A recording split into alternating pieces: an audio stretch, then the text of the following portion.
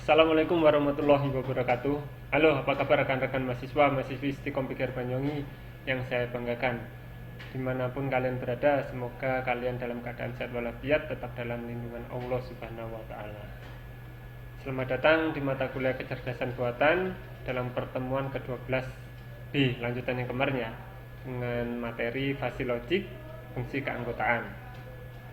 Selamat mengikuti perkuliahan hari ini dengan baik, salam hangat dan tetap semangat. Oke, kita lanjutkan ke pertemuan 12, fasi logik.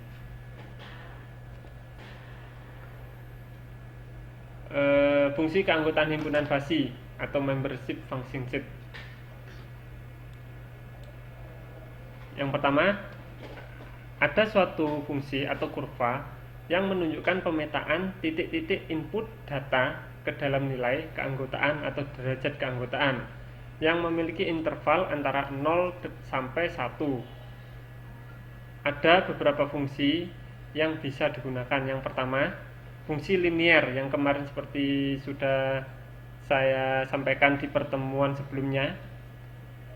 Jika ada kurva, ini kurva naik ini ya, menanjak ini ya istilahnya ya, kurva semacam ini, kemudian domainnya A, B. Jika X-nya di sini, misalkan kemarin kita bahas tentang umur.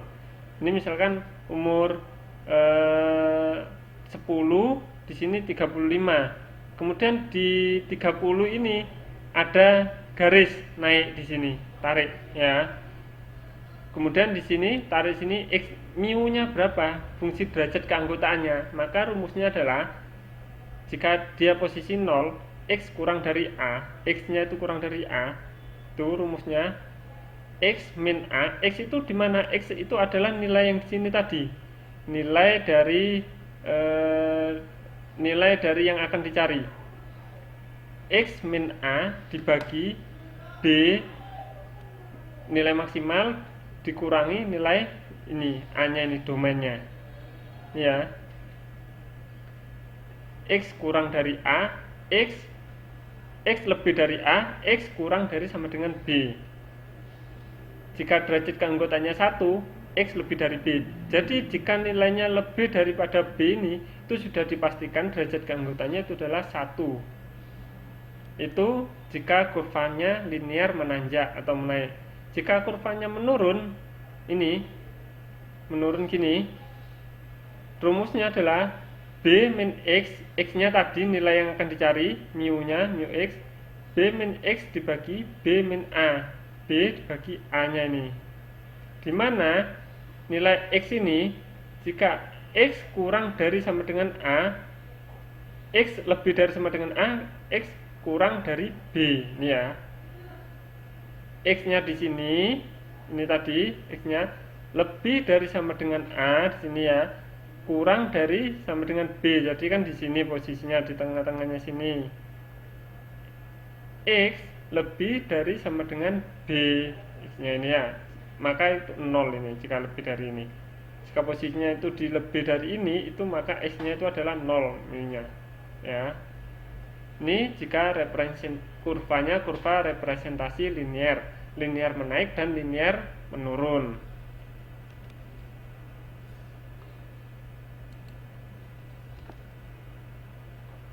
Contohnya, fungsi keanggotaan untuk himpunan panas pada variabel temperatur ruangan. Seperti pada gambar, ini gambar kurvanya ya. Ini temperaturnya 25 sampai 35. Ini dikatakan panas apa gimana ini? Ya, jadi jika nilai antara nilai 25 sampai 35 itu terdapat nilai 32. 32 ini panas atau dingin ya kira-kira. Maka dihitung nilainya. Dengan rumus, ini kan kurvanya kurva menaik ya. Jadi rumusnya adalah X-nya ini 32, X min 25 min A ya tadi ya, dibagi 35 B min A ini. Derajat keanggotaannya adalah 0,7. Nih, derajat keanggotaannya 0,7.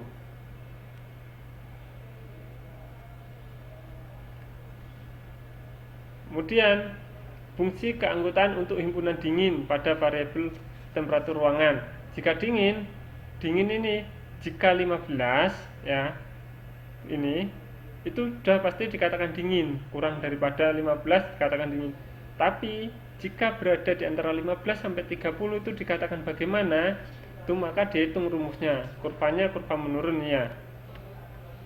B min A, B ini kan B ya 30 ini 30 min 20, X nya kan 20 dibagi 30 min 15, derajat keanggotaannya adalah 0,067 ya. Itu kurva keanggotaan untuk representasi linier. Yang selanjutnya representasi segitiga atau triangular ditentukan oleh 3 parameter A, B, dan C sebagai berikut.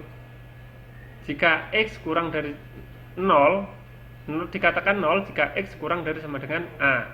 Ini ya. Jika X nya itu kurang dari A itu maka sudah dipastikan dia itu 0 ya. Tapi jika X lebih dari sama dengan A kurang dari B ada di sini, itu rumus untuk mencarinya adalah X min A, X nya tadi dikurangi A dibagi B min A. Karena ini kan kurva naik, kurva turun, gitu aja lihatnya. Ditutupi sebelah ya. Kalau ini di sini berarti ini kurvanya naik. Tadi rumusnya X min A dibagi B min A. Jika kurvanya di sini C min X ya, C min X dibagi C min B. Ini contohnya fungsi keanggotaan untuk himpunan normal pada variabel temperatur. Jadi ada temperatur normal ini ya, sini. Dia dikatakan normal jika temperaturnya itu adalah 25, pas ini. 1 ya derajat keanggotaan. Bagaimana jika temperaturnya 23? Maka 23 ini kan berada di antara 15 sampai 25. Ditarik garis ke atas, dihitung dengan rumus yang seketik ini. X min A, B min A dibagi B min A. X 23 min 15 dibagi 25 min 15. Derajat keanggotaannya adalah 0,8. Kita lanjut ya. Untuk penjelasan lebih detailnya nanti ada lagi di pertemuan selanjutnya. Tapi ini juga dasar sangat penting. Selanjutnya ada representasi kurva trapesium. Ditentukan oleh 4 parameter A, B, C, dan D. Ini ya, A, B, C, dan D. Nih, dengan kategori jika 0 ini ya, X itu dikatakan 0, X kurang dari A. Jika kurang dari A itu sudah pasti nilainya 0 X-nya. Kemudian jika X lebih dari sama dengan A, kurang dari sama dengan B, di sini ya berarti ya antara A dan B itu kurva menanjak dengan rumus yang tadi itu X min A dikurangi dibagi B min A. Ini ya. Kemudian jika X lebih dari sama dengan B, X kurang daripada C, berarti kan di sini. Kalau ini tarik garis lurus sudah pasti ini derajat keanggotaannya adalah 1. Maka ini sudah pasti adalah nilainya 1.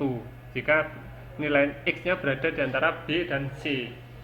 Jika berada di antara C dan D menggunakan kurva linear turun tadi. Dengan rumus D min X-nya dibagi D min C. Ini contohnya fungsi keanggotaan untuk himpunan normal pada variabel temperatur ya. Jika dikatakan normal 24 sampai 27 berarti 25 itu normal, 26 itu normal. 24, 25, 26, 27 itu temperatur normal. Bagaimana dengan 32? 32 ini dikatakan apa ya? Maka ditarik garisnya di sini. Derajat keanggotaannya adalah dihitung berdasarkan garis menurun, kemudian ditemukan derajat keanggotaannya 0,375. Lanjut, representasi bentuk bahu. Ini macam ini gambarnya. Daerah yang terletak di tengah-tengah suatu variabel yang direpresentasikan dalam bentuk segitiga pada sisi kanan dan kirinya akan naik dan turun. Misalkan dingin bergerak ke sejuk, dingin bergerak ke sejuk, bergerak ke hangat dan bergerak ke panas. Tetapi terkadang salah satu sisi dari variabel tersebut tidak mengalami perubahan. Sebagai contoh, apabila telah mencapai kondisi panas, kenaikan temperatur akan tetap berada pada kondisi panas. Ini jika sudah panas, maka dia ini akan konstan panas. Terus sudah ini. Himpunan fasi bahu bukan segitiga digunakan untuk mengakhiri variabel suatu daerah fasi. Bahu kiri bergerak dari benar ke salah, demikian juga bahu kanan bergerak dari salah ke benar. Ini ya, bahu kiri, bahu kanan. Kita lihat contohnya. Kita lanjutkan ke representasi bentuk S, kurva S. Kurva pertumbuhan dan penyusutan merupakan kurva S atau sigmoid yang berhubungan dengan kenaikan dan penurunan permukaan secara tak linear. Ini kurvanya ya.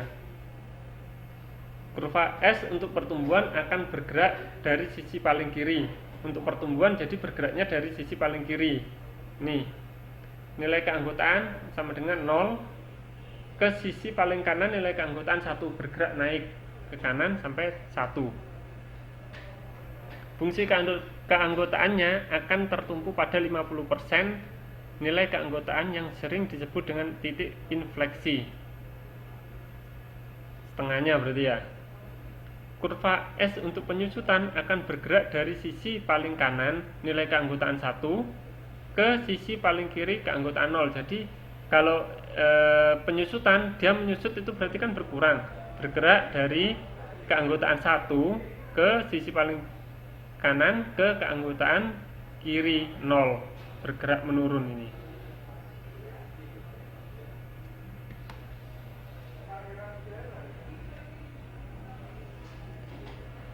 Ini contohnya, rumusnya. Fungsi keanggotaan kurva pertumbuhan adalah ini ya, keanggotaan kurva pertumbuhan dengan rumus pertumbuhan berarti naik ke atas ya. Ini rumusnya, 2 kali X min A dibagi Y min A dikuadratkan.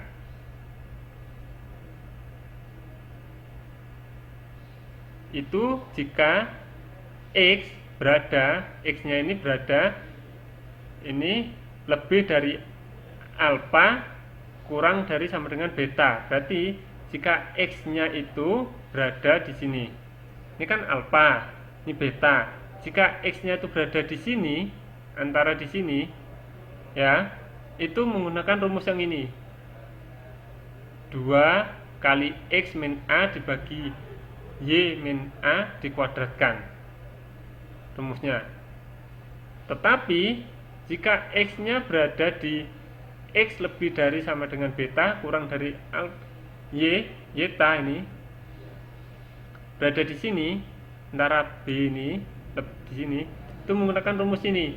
1 min 2 Y ini min X dibagi Y min A, hanya di sini tadi R1 ini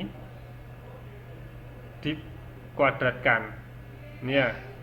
Tetapi apabila X lebih dari Y, X-nya itu lebih dari sini, maka itu sudah jelas sama dengan 1 di sini.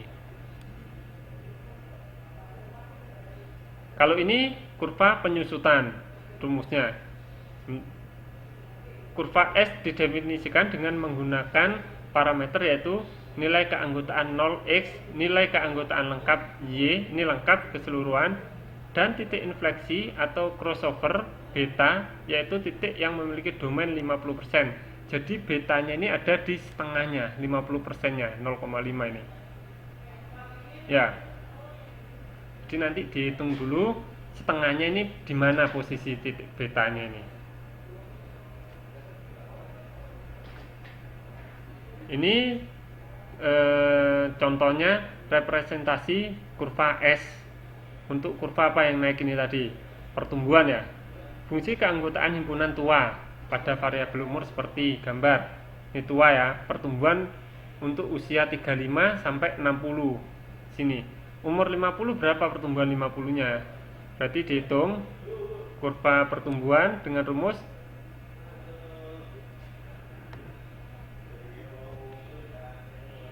di sini tadi ya. Ini ya rumusnya ya. Kan lebih dari ini. 1 min 2 ya kan, 1 min 2 60 dikurangi 50 dibagi 60 kurangi 35 dikuadratkan ya. Berarti kan 1 dikali 10 per 25 kuadrat, hasilnya 0,68 untuk kurva pertumbuhan itu ya.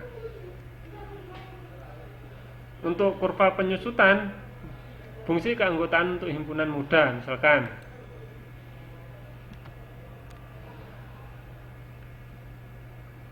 ada gambar di sini 0 sampai 50. Kalau 37 berapa untuk kurva penyusutan? 37 dihitung dengan rumus yang tadi. Untuk posisi di sini kurva penyusutan ini ya, X-nya kan berada di sini. X-nya itu kurva ini, kurva pertumbuhan ini. Ini kurva penyusutan. Rumusnya 2Y min X dibagi Y min 2 min A kuadrat.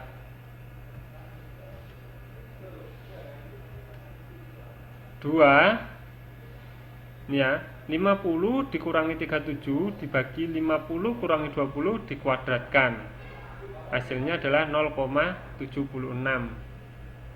nilai derajat keanggotaannya ini. Kemudian ini yang terakhir ini, representasi bentuk lonceng atau bell curve. Untuk merepresentasikan bilangan fasi, biasanya digunakan kurva berbentuk lonceng. Kurva berbentuk lonceng ini terbagi menjadi 3 kelas, yaitu himpunan fasi pi, beta, dan Gauss. Ini representasi bentuk lonceng atau bell curve yang berkurva pi, lingkaran nih pi ini. Kurva pi berbentuk lonceng dengan derajat keanggotaan 1, terletak pada pusat dengan domain yeta, dan lebar kurva beta seperti terlihat pada gambar. Ini ya, ini pusatnya y. Nah ini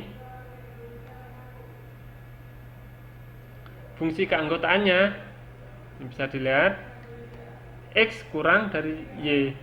Jika X kurang dari Y, jika X-nya kurang dari Y, berarti di sini itu rumusnya adalah ini, S Y X Y min B ya, Y-nya tadi ini pusatnya, nilai pusatnya kurangi betanya, Y min B dibagi 2.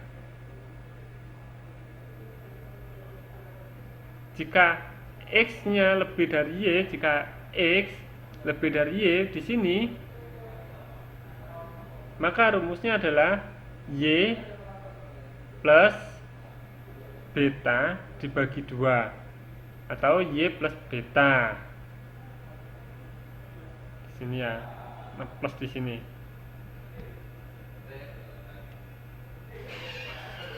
Yang selanjutnya kurva berbentuk lonceng bell curve yang beta. Seperti halnya kurva pi, kurva beta juga berbentuk lonceng namun lebih rapat. Kurva ini juga didefinisikan dengan 2 parameter, yaitu nilai pada domain yang menunjukkan pusat kurva atau Y, ini pusat kurvanya, dan setengah lebar kurva beta, setengahnya betanya ini, seperti terlihat pada gambar. Fungsi keanggotaannya X, yeta, beta sama dengan 1 dibagi 1 untuk menjadi 1 ditambah X min yeta dibagi beta dikuadratkan. Bingung ya? Besok ada contohnya. Ini contoh untuk representasi bentuk lonceng bell curve. Ya, fungsi keanggotaan untuk himpunan setengah baya pada variabel umur seperti terlihat pada gambar ini. Mu1 42. Jadi kita akan mencari umur 42 dengan rumusnya tadi yang 1 dibagi 1 plus ya 42 min 45 dibagi 5. 5 dapat dari mana? 5 ini betanya, ini beta 5 kuadrat sama dengan 0,7353. Mencari yang 51 ini lebih dari ini, rumusnya juga hampir sama. 1 ya dibagi 1 plus, nah karena ini posisinya di sini bukan 42 lagi tapi 51 dikurangi 45. Kalau yang ini kan 42 dikurangi 45, pusatnya, titik pusatnya ini ya. Jadi ini 51 kurangi 45 dibagi betanya tadi 5 dikuadratkan, ketemu nilai 0,4098 derajat keanggotaan, derajat keanggotaannya ini ya.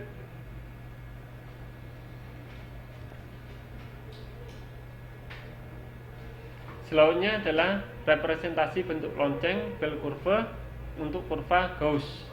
Jika kurva pi dan kurva beta menggunakan dua parameter yeta dan beta, maka kurva Gauss juga menggunakan yeta untuk menunjukkan nilai domain pada pusat kurva dan k yang menunjukkan lebar kurva. Jadi ini tetap ada nilai pusatnya y dan beta. Di sini k-nya adalah lebar kurva.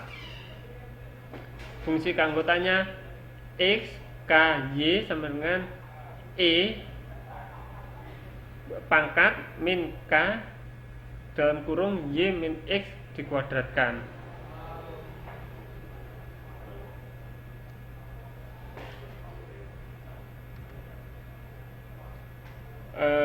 Materi hari ini sampai di sini.